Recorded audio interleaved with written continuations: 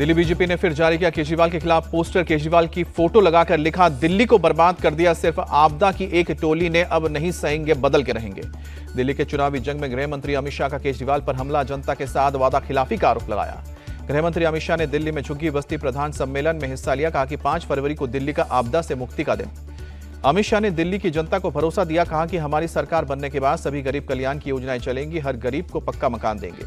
आप संयोजक अरविंद केजरीवाल ने सूत्रों से बड़ा दावा किया। कहा कि बीजेपी रमेश बिदोड़ी को सीएम फेस बनाने वाली है, 1-2 दिन में औपचारिक ऐलान हो जाएगा। अमित शाह के हमले के बाद केजरीवाल ने किया पलटवार। कहा कि पूरे सबूतों के साथ बीजेपी की गंदी नीयत का पर्दाफाश करूंगा। आज प्रेस कॉन्फ्रेंस करेंगे केजरीवाल ने कहा कि अमित शाह ने मुझे और दिल्ली वालों को बहुत गालियां दी हैं, इसका जवाब दिल्ली के लोग चुनाव में देंगे। अरविंद केजरीवाल ने मुख्य चुनाव आयुक्त को लिखी चिट्ठी, वोटर लिस्ट को लेकर बीजेपी पर लगाया आरोप। केजरीवाल के दावे पर बोले बीजेपी सांसद मनोज तिवारी, जनता अब केजरीवाल के झांसे पे नहीं आएगी, जनता खुद बीजेपी का सीएम बनाएगी। कालकाजी से बीजेपी कैंडिडेट रमेश बिदोड़ी बोले, रोहिंग्या और बांग्लादेशी हर जगह बसे हुए हैं, इंडिया अलायंस वाले वोट के लिए देश को सराया बनाना चाहते हैं। दिल्ली में बीजेपी ने दूसरी लिस्ट भी जारी की। लिस्ट में 29 उम्मीदवारों के नाम, अब तक 58 उम्मीदवार घोषित। बीजेपी ने करावल नगर से कपिल मिश्रा को मैदान में उतारा, वहां से मौजूदा विधायक का टिकट काटा। बीजेपी के प्रवक्ता हरीश खुराना को मोती नगर से मिला टिकट, पूर्व सीएम मदन लाल खुराना के बेटे हरीश खुराना। बीजेपी की दूसरी लिस्ट में 5 महिलाओं के नाम, आपसे आई प्रियंका गौतम को कोंडली से मिला टिकट। एआईएमआईएम नेता इम्तियाज जलील ने ओखला से पार्टी उम्मीदवार जफर रहमान खान की उम्मीदवारी को सही बताया। कहा कि संसद में प्रज्ञा सिंह ठाकुर बैठती थी। रविंद्र चव्हाण बने महाराष्ट्र बीजेपी के कार्यकारी अध्यक्ष। डोंबिवली क्षेत्र से विधायक है रविंद्र चव्हाण। बिहार में बीपीएससी छात्रों के समर्थन में प्रशांत किशोर का आमरण अनशन जारी। तबियत में सुधार के बाद शनिवार को अस्पताल से छुट्टी। बीपीएससी छात्रों की मांगों को लेकर जान सुराज प्रतिनिधिमंडल बिहार के राज्यपाल से मिला। राज्यपाल की प्रशांत किशोर से आमरण अनशन तोड़ने की अपील। पप्पू यादव ने बीपीएससी अभ्यर्थियों के समर्थन में आज बिहार बंद का ऐलान किया है। कहा कि बंद छात्रों के न्याय की लड़ाई के लिए है। बीपीएससी ने गुरु रहमान और खान सर को भी नोटिस भेजा है। 6 दिसंबर को नॉर्मलाइजेशन पर अफवाह फैलाने का आरोप लगाया। विकसित भारत युवा नेता संवाद कार्यक्रम में आज 3000 यंग लीडर से बातचीत करेंगे पीएम मोदी। 13 जनवरी को सोनमर्ग में पीएम मोदी जड मोड़ टनल का उद्घाटन करेंगे। इसरो का स्पेस डॉकिंग एक्सपेरिमेंट स्पारडेक्स मिशन अपने लक्ष्य के बिल्कुल करीब पहुंचा। पहले 2 बार तकनीकी कारणों के चलते स्पेस डॉकिंग को टालना पड़ा था। इसरो के मुताबिक अभी दोनों सैटेलाइट के बीच की दूरी महज 15 मीटर की है। दोनों सैटेलाइट्स ने एक दूसरे की फोटो भी खींची है।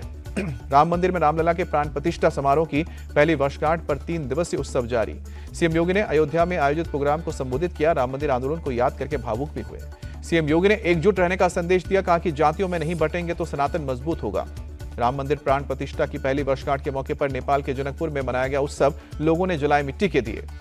प्रयागराज महाकुंभ शुरू होने से पहले वहां के कई रंग देखने को मिले। एक बाबा 14 साल से हाथ ऊपर करके साधना कर रहे हैं।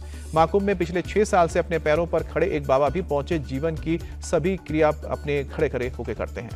श्रद्धालुओं की सुविधा के लिए महाकुंभ मेले में जगह जगह क्यूआर कोड लगाए गए हैं। प्रयागराज में महाकुंभ की सुरक्षा व्यवस्था को लेकर की गई मॉक ड्रिल एक्शन में नजर आए जवान। गुजरात में 9 महीने का बच्चा एचएमपीवी से संक्रमित हुआ। प्रदेश में एचएमपीवी के कुल 4 केस। यूपी के कन्नौज हादसे का सीसीटीवी वीडियो आया सामने। छत की शटरिंग के दौरान पूरा लैंटर भरभरा कर गिरा। मलबे में दबे 23 मजदूरों को बाहर निकाला गया। गंभीर रूप से घायल 7 लोग medical college refer. Akhilesh Yadav ने कन्नौज हादसे को बताया दुखद। बोले कि निर्माण के दौरान सुरक्षा को ध्यान में रखना चाहिए। आईआईटी बॉम्बे के कैंपस में दिखा तेंदुआ, कैमरे में कैद हुआ। इससे पहले भी तुलसी झील के करीब दिखा था। ग्रेटर नोएडा में केमिकल फैक्ट्री में भीषण आग। नोएडा के अलावा गाजियाबाद और हापुड़ से दमकल की गाड़ियां बुलानी पड़ी। सोलापुर में 10 दिन में दूसरी बार ट्रेन पर पथराव।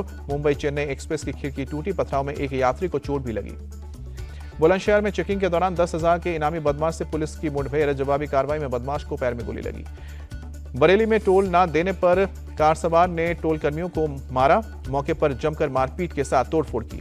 मुंबई के कुर्ला इलाके में एक होटल में लगी भीषण आग। धुंधु कर उठी लपटें, किसी के हताहत होने की खबर नहीं। दिल्ली एनसीआर के कई इलाकों में बीती शाम बारिश। तापमान में गिरावट, ठंड पड़ी। दिल्ली में सुबह के वक्त छाया बादल। मौसम विभाग ने आज भी बारिश की संभावना जताई है।